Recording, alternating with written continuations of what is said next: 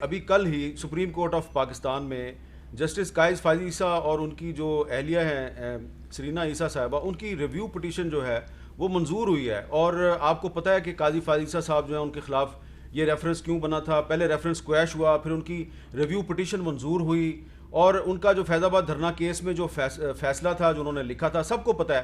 تو اگر قاضی فائز عیسیٰ کو اس ملک میں انصاف مل سکتا ہے تو جاوید لطیف کو انصاف کیوں نہیں مل سکتا؟ سر بڑے رگڑے کھائے ہیں قاضی صاحب نے وہ ساتھ اس کے بچوں نے بھی رگڑے کھائے ہیں، بیوی نے بھی کھائے ہیں. وہ بات تو آپ کی درست ہے. اتنا اس کے ساتھ ساری بار کھڑی ہو گئی تھی قاضی کے ساتھ، ہم سارے کھڑے تھے یا کھڑے ہیں. مگر جس کاسٹ پہ اس کو ملا ہے، جس رسوائی کے کاسٹ پہ جس طرح سے اس کی بیوی کی ہیلتھ متاثر ہوئی ہوگی، خود میرا خیال ہے پتہ نہیں کیا اس کے ساتھ ہوا ہوگا، بچی کی ہوئی ہوگی. تو مطلب وہ بڑے رگڑے کھا کے اس نے جو ہے نا وہ الٹیمیٹلی انصاف لے لیا ہے. مگر ہر ایک کے ساتھ جو ہے نا وہ نہیں ہوتا اس طرح سے.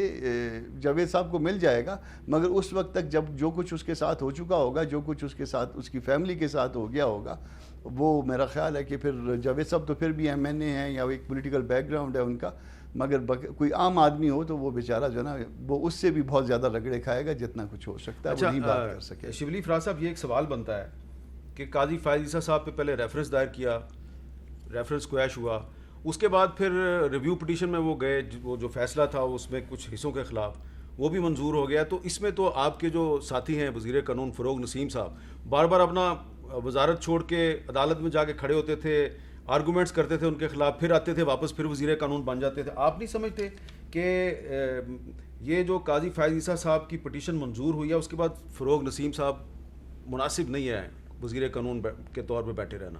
اگر مقدمہ ہارنا ہی اگر کرائٹیریا ہے تو پھر تو آدھے سے زیادہ ہمارے ملک کے وکیل کو استعفیٰ دے دینا چاہیے. یہ ایک انوکھا واقعہ تھا کہ ایک وزیر قانون جو ہے وہ ایک سے زائد مرتبہ وزارت چھوڑ کے عدالت میں کھڑا ہو جاتا تھا، جا کے جج کے خلاف آرگومنٹس دیتا تھا، پھر واپس آ کے پھر وزیر قانون بن جاتا تھا. ٹرو. دیکھیں یہ تو اس کی ریکوائرمنٹ یہی تھی کہ وہ ایز اے وزیر تو وہ جا کے پلیڈ نہیں کر سکتے تھے، تو انہوں نے ان کے کیس کو وہ کیا ایز اے وکیل کیا.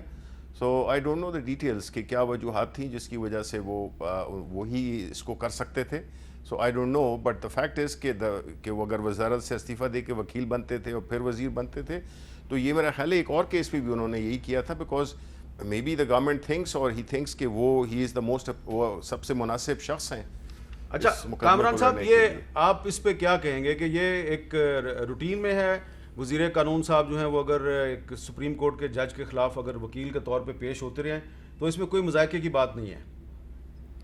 یہ دنیا کی تاریخ کا شاید میرا خیال ہے پہلا واقعہ ہے کہ کوئی شخص جو ہے نا وہ کسی خاص مقدمے میں وہ ریزائن کرتا ہے اور اس کے بعد جو ہے وہ آ کے اس میں جا کے وکالت کرتا ہے، اور وکالت بھی اس وقت جب اس کا لائسنس سسپینڈ ہے اور وہ کنڈیشنلی جو ہے نا اس کو ریسٹور کرواتا ہے لائسنس کو، اور دین اپیئر ہوتا ہے، اور پھر جب اس کے بعد جب اس کا کام ختم ہو جاتا ہے تو اس کے بعد پھر اگین جا کے جو ہے نا وہ اگلے دن پھر وزارت کا حلف لے لیتا ہے. یہ میرا خیال ہے دنیا کی تاریخ کا یہ انوکھا واقعہ ہے.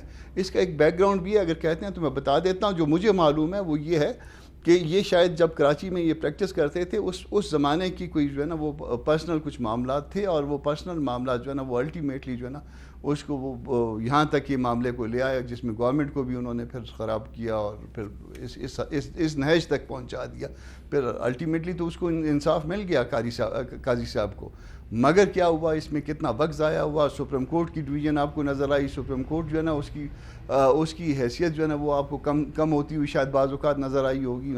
ہم تو سمجھتے ہیں کہ سب سے بڑی عدالت ہے اور سب سے محترم ادارہ ہے، مگر آپ نے کئی دفعہ یہ محسوس کیا ہوگا کہ سپریم کورٹ جو ہے اس کی حیثیت جو ہے نا وہ انڈرمائن ہوئی ہے. کوئی ایسا مناسب بات نہیں ہوئی ہے جو کچھ اس مقدمے میں، مگر اس مقدمے کے پیچھے جو لوگ تھے وہ اس کے اصل ذمہ دار ہیں. اچھا کامران صاحب، میرا خیال ہے کہ یہ معاملہ جو ہے اس پہ مزید بھی بحث کر سکتے ہیں، کیونکہ اب تو فیصلہ آ چکا ہے، تو جب فیصلہ آ جائے تو اس پہ ہم کافی بات کر سکتے ہیں.